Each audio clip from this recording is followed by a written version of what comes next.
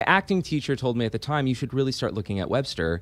I'd been looking at all these other schools, and I went to St. Louis to audition, and I went to a few classes, and it just clicked. I knew right then and there that not only was St. Louis the city for me, but that Webster was the place for me.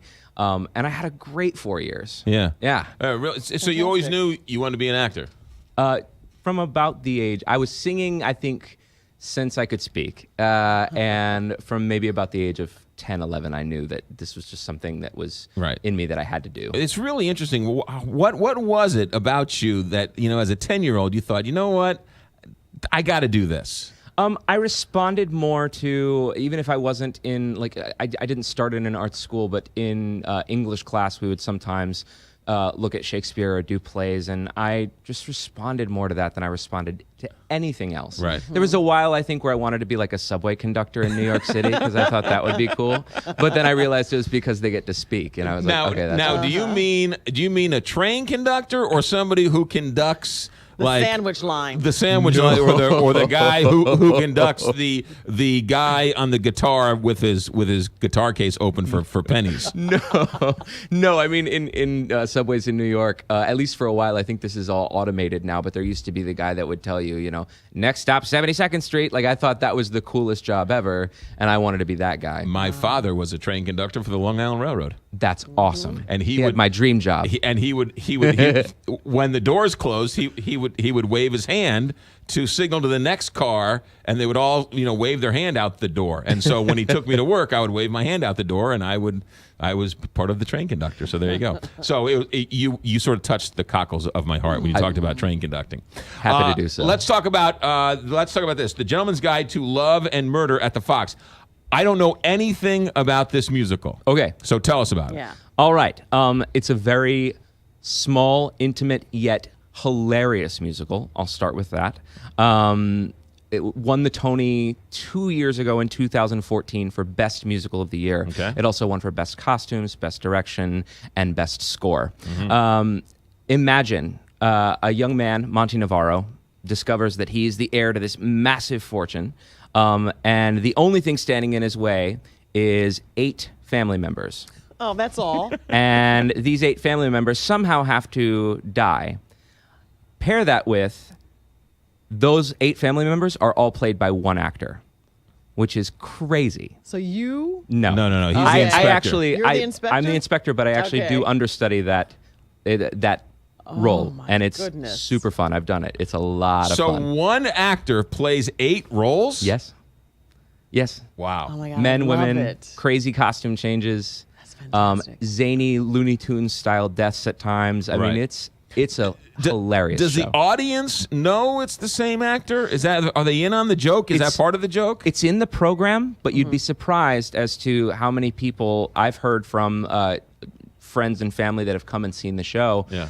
That even during intermissions sometimes, because if it's done well, It's that convincing. it's that convincing. Even during intermission, sometimes people don't realize that it's the same actor. The Gentleman's Guide to Love and Murder at the Fox debuted last night, runs through the 25th. What is the artistic reason for the one actor to play all 8 roles? That's how it was done in one of the source material. The show is based on a book and a movie. The book was called Israel Rank. The movie is called Kind Hearts and Coronets. This was way back. Sure. But in the movie, that role was played by Sir Alec Guinness. Okay. And he played all 8 different family members. Now, over time, while the show was being developed, for legal reasons, a lot of things were changed. Right. But that's the source material, so that's the decision they made. Wow. That is really, wow. That is, talk about being an actor, right? I mean, that's really working It's the role of a lifetime. You are Chief Inspector Pinkney. I'm assuming you're the foil, right? I come on in the second act and I mess things up a little bit. It's a lot of fun. I'm also, as I mentioned before, it's a small company, but you would never know it when you watch the show because everyone's constantly backstage changing costumes, doing other things. So in the second act, I do play a large feature called Chief Inspector Pinkney.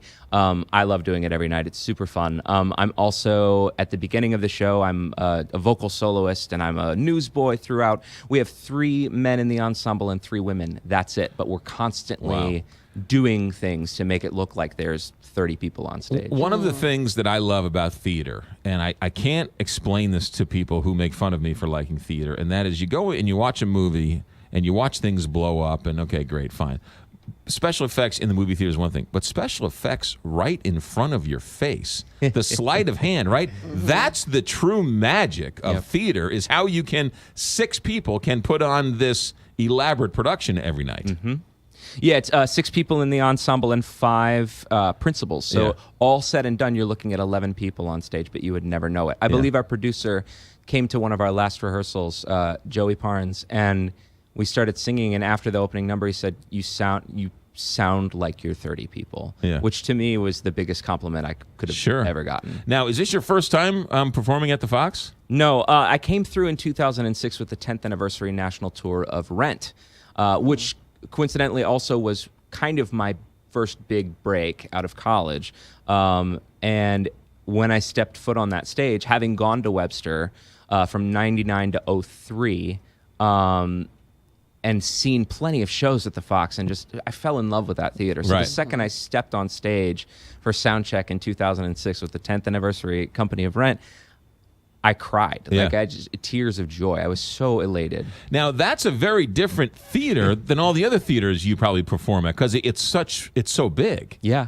There are other theaters out there that are sort of a little over maybe 3,000. I think the general size is usually between the houses on the road are usually large. They're usually between 2,000 and 3,000 seats, sometimes about 1,500. But to give you an example, most Broadway shows don't even reach Broadway houses don't even reach 1,000 people. Right. The Walter Kerr Theater, where this show played on Broadway, A Gentleman's Guide to Love and Murder, was only a little over 800 seats. Yeah. So the first time that we even teched the show in Schenectady, New York, and played at Proctor's, we played to over 1,500 people, more people than the show had ever performed in front of in its life, which was something really cool. Yeah. Ben Roseberry is an actor performing in A Gentleman's Guide to Love and Murder at the Fox. Started last night, was opening night, runs through the 25th.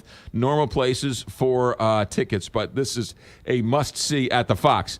Ben, what would you say to somebody who was in New York and early on said, hey, there's this new Broadway show called Hamilton. Maybe we should go. And they're like, I haven't heard anything about it. And they ended up not going. What would you say to that person? I would say, this was early on. Early. We were like, Hamilton? I'm not going to that. Yes. Tickets were still available. It was very early. I would say... Shame on you. I would say it's going to be around for a while. Good point. Very good point. Ben Roseberry, graduate of Webster University, coming home to perform at the Fox. A Gentleman's Guide to Love and Murder through the 25th of September. Grab a date. Go see it. You'll love it. Ben Roseberry, thanks for coming in. Thank you guys so much. And welcome back. You got it. 8:47 here, Big 550 KTRS. Kat Neville is on assignment. She'll be back next week, but Kat Neville is always sponsored by Twisted Tree Steakhouse, the newest offering from Syberg's family at Watson and Lindbergh in Sunset Hills. Our friend Jimmy Christo is running the place. 314-394-3366. 394-3366, and you can always visit them online at twistedtreesteakhouse.com. Thanks, you're great. Thank you. I fist pump. Oh, you want a picture?